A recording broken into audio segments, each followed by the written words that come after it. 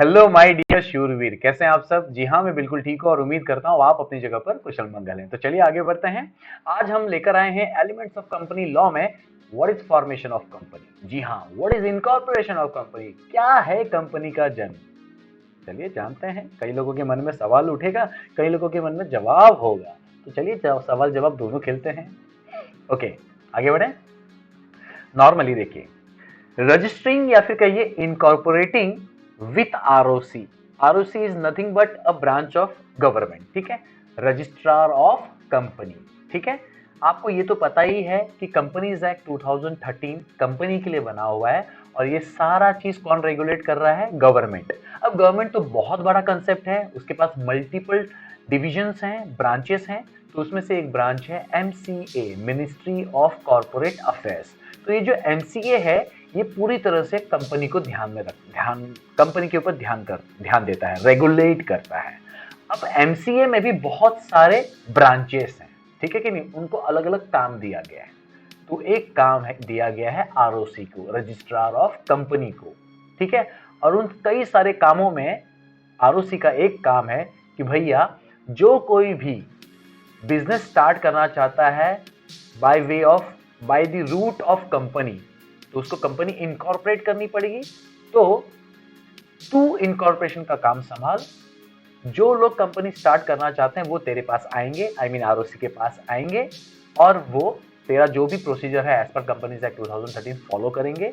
और अगर वो प्रॉपर तरीके से फॉलो कर रहे हैं, सब कुछ ओके है, तो भैया तुम्हारे कंपनी रजिस्टर में उस पर्टिकुलर कंपनी का नाम दर्ज करा दो, means certificate of incorporation provide करा दो। यही होता है कंपनी का जन्म। लेकिन कहां हुआ है, आरओसी में, रजिस्टर ऑफ कंपनी हुआ है। इसीलिए इसको कहा जाता है कि भैया formation of company is nothing but registering और incorporating with ROC where company is situated. क्योंकि आरओसी लोकेशन वाइज काफी जगह फैला हुआ है, तो आपकी कंपनी कहां सिचुएट होने वाली है, तो उसके हिसाब से आपका जो नजदीकी आरओसी रहेगा वहां पर आपको वो क्या करना पड़ता है, रजिस्टर करना पड़ता है। Is that clear. तो मैंने यहाँ पर आरओसी का फुल फॉर्म नीचे लिख कर दिया है, it is a authority to incorporate company. Is that clear, that's great. अब थोड़ा सा और आगे बढ़ते हैं, है ना, फॉर्मेशन ऑफ कंपनी है। आप एक चीज याद रखिएगा, कंपनी को कभी भी फॉर्म करना है या इनकॉर्पोरेट करना है या फिर कहिए रजिस्टर करना है, ठीक है, तो जो भी कंपनी आप बना रहे हो वो डिपेंड करता है कि उसमें कितने प्रमोटर्स हैं। जितने प्रमोटर्स होंगे उसके हिसाब से कंपनी का टाइप बनेगा, वो हम अभी आगे चर्चा करेंगे।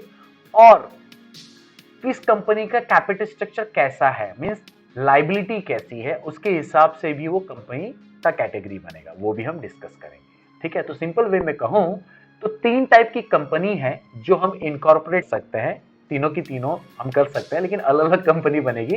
फिलहाल हम तीन में से कोई एक टाइप की कंपनी बनाएंगे।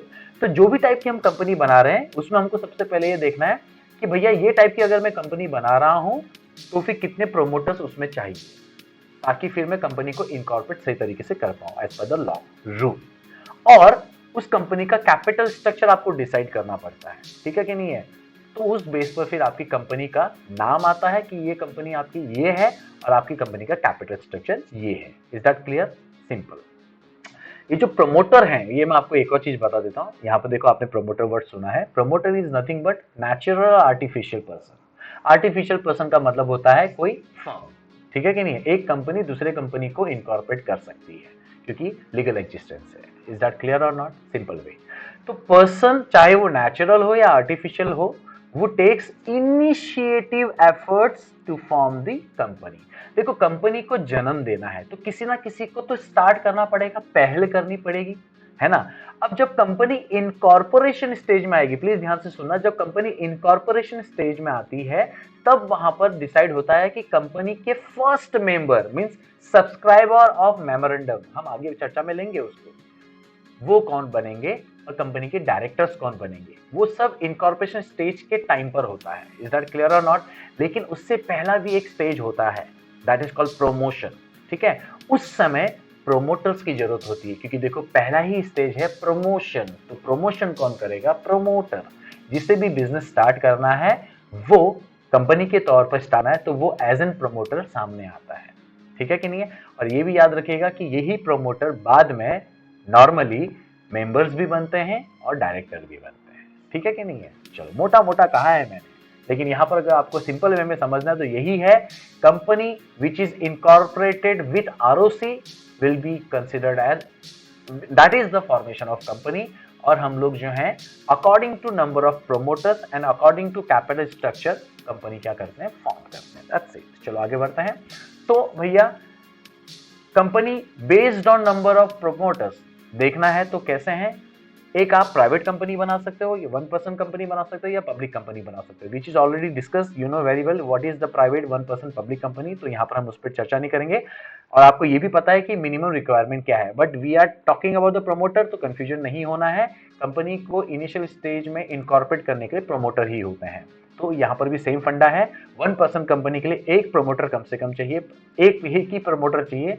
प्राइवेट कंपनी के लिए कम से कम 2 प्रमोटर चाहिए, और पब्लिक कंपनी के लिए कम से कम 7 प्रमोटर चाहिए। अगर ऐसे हैं तो भैया आपको जो कंपनी बनानी है इन तीनों में से, वो कंपनी बनाने के लिए आप स्टार्ट कर सकते हो, ठीक है।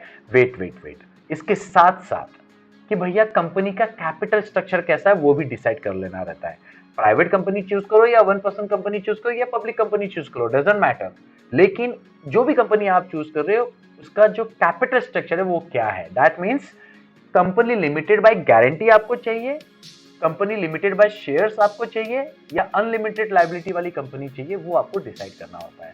And you know very well about the company limited by shares मतलब क्या होता है, अनलिमिटेड लाइबिलिटी का मतलब क्या होता है, and company limited by guarantee का मतलब क्या होता है, ये आपको पता है, ये हम लोग ने ऑलरेडी डिस्कस कर लिया है। कंपनी लिमिटेड बाय शेयर्स मतलब क्या, आप बस उतने ही लायबल हो जितना आपने शेयर्स पे नहीं किया है। अनलिमिटेड लायबिलिटी का मतलब क्या होता है, पूरी तरह से आप जितना कंपनी का डेट होगा उतना आप पूरा लायबल हो पे करने के लिए। कंपनी लिमिटेड बाय गारंटी का मतलब होता है जितना मेमोरेंडम में अमाउंट फिक्स किया गया उतना ही आप लायबल हो जब कंपनी को पैसे की जरूरत होगी। ये नॉर्मली हमने सब डिस्कस किया, तो इस पर ज्यादा समय नहीं बर्बाद करेंगे, लेकिन आपको ये तो समझ में आ गया, तो मतलब आप समझो ये सब हमको पहले डिसाइड करना होता है। Is that clear?